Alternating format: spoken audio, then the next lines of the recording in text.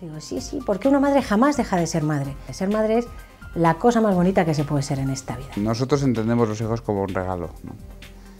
Como un regalo de Dios absolutamente inmerecido. Somos conscientes de que si el Señor lo manda, Él pondrá los medios, que Él sabrá, ¿no? Él sabrá lo que hace, ¿no? Si nos manda un hijo, nos manda 2, ya nos ha mandado por ahora, nos ha mandado 6, son suyos, pues Él sabrá, ¿no? O sea, es Dios quien ha creado el alma de este hijo y quien ha creado este hijo, ¿no? Y quien le ha dado la vida. De repente te ves transformado, ¿no? Dejas de vivir para ti mismo y de vivir de alguna manera para la otra persona, para tu esposa, y tienes que vivir para un tercero, ¿no? Y luego para un cuarto, y un quinto, y un sexto, y un séptimo.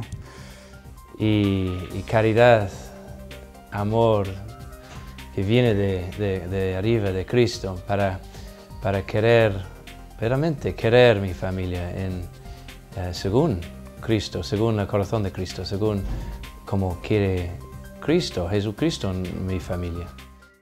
Me parecía todo súper fácil, súper bonito, era una ilusión enorme y ahora después de 7 te das cuenta de la responsabilidad tan real y al mismo tiempo de que es la obra más importante de tu vida.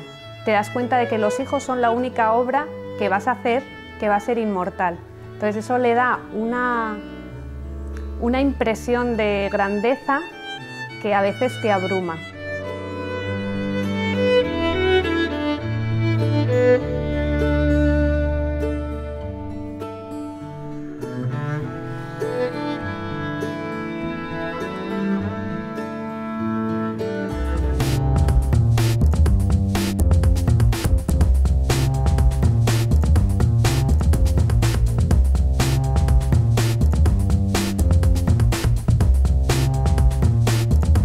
Unos modelos, ¿no?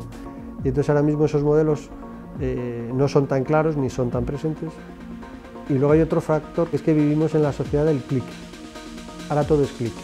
¿Quieres calentar la leche? Clic. ¿Quieres oír música? Clic. ¿Quieres apagar el ordenador? Clic, clic, clic, clic, clic.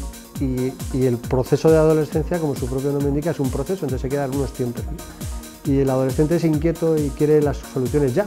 Y a veces los padres quieren todo ya, y no es ya, hace falta tiempo, ¿no? Y a veces ese es uno de los grandes retos en la psicopatología de la adolescencia, ¿no? Yo suelo decir con bastante frecuencia, ¿no? Lo de, mira, sé que lo estás pasando mal, pero estoy convencido de que dentro de unos años nos vamos a reír cuando nos acordemos de lo que te está pasando, ¿no? Y eso alivia bastante, ¿no? ¿Cuándo empieza la educación de los hijos? La educación de los hijos empieza desde que son concebidos, prácticamente diría yo, porque en ese momento en el que tú te enteras de que vas a ser madre o padre, ya tu universo cambia. Tus pensamientos son diferentes, tus inquietudes son distintas y todo eso, todos esos cambios van a repercutir en la educación de ese hijo que van a hacer.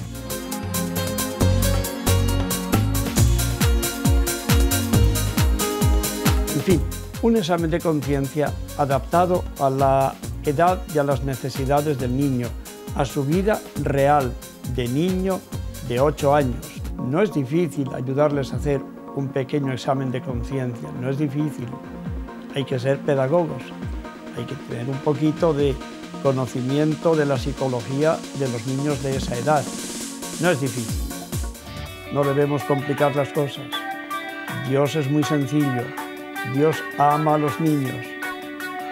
Nos dice, si no os hacéis como niños, no entraréis en el reino de los cielos.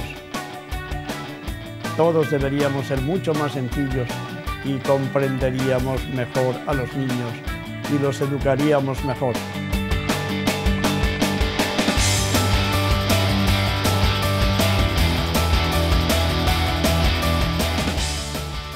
Me planteaba una persona, no, bueno, y no sería mucho más justo, mucho más equilibrado que a un niño se le dejase crecer hasta su mayoría de edad y entonces él viese si tiene que bautizarse o no bautizarse. ¿No sería mucho más coherente con la dignidad del hombre que él crezca y después él opte?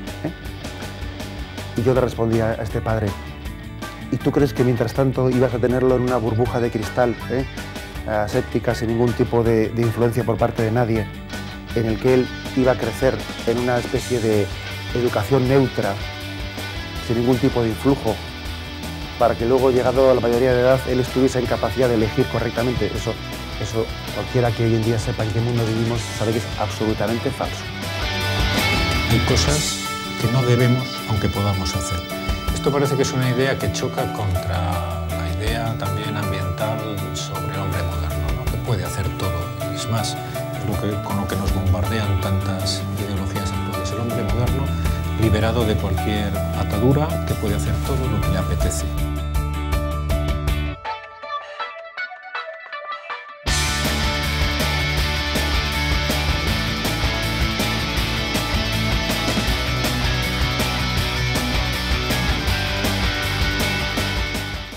Si has elegido formar una familia cristiana, el dar determinado tipo de educación a los hijos y el llevar una determinada forma de vida, pues evidentemente Dios es el que te tiene que ir guiando y el que muchas veces tiene que dar fuerzas y al que muchas veces te tienes que volver la cara para saber cómo tienes que actuar o cómo tienes que ir funcionando en la familia, ¿no?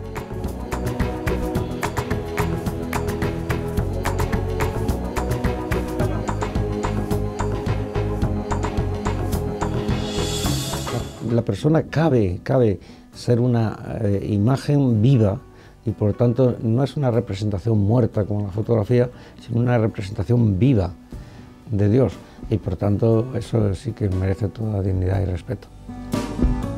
Yo creo que estamos sometidos a un flujo estimular incesante, continuo, como son todas las imágenes de los medios, de la sociedad mediática, que muchas veces son incoherentes, son contraproducentes, son opuestas. Y eso, la persona que se expone a esos estímulos se expone sin ningún espíritu crítico, sin ninguna formación. Y al final lo que no tiene es un modelo, lo que tiene son multitudes de pequeños fragmentos de modelos de quinta, cuarta, sexta categoría. Pero al final lo que está es como sediento de encontrar un solo modelo definitivo con el cual pueda inspirar y que le sirva de referencia, ¿no?, para su comportamiento. Esto es lo que yo creo que no hay.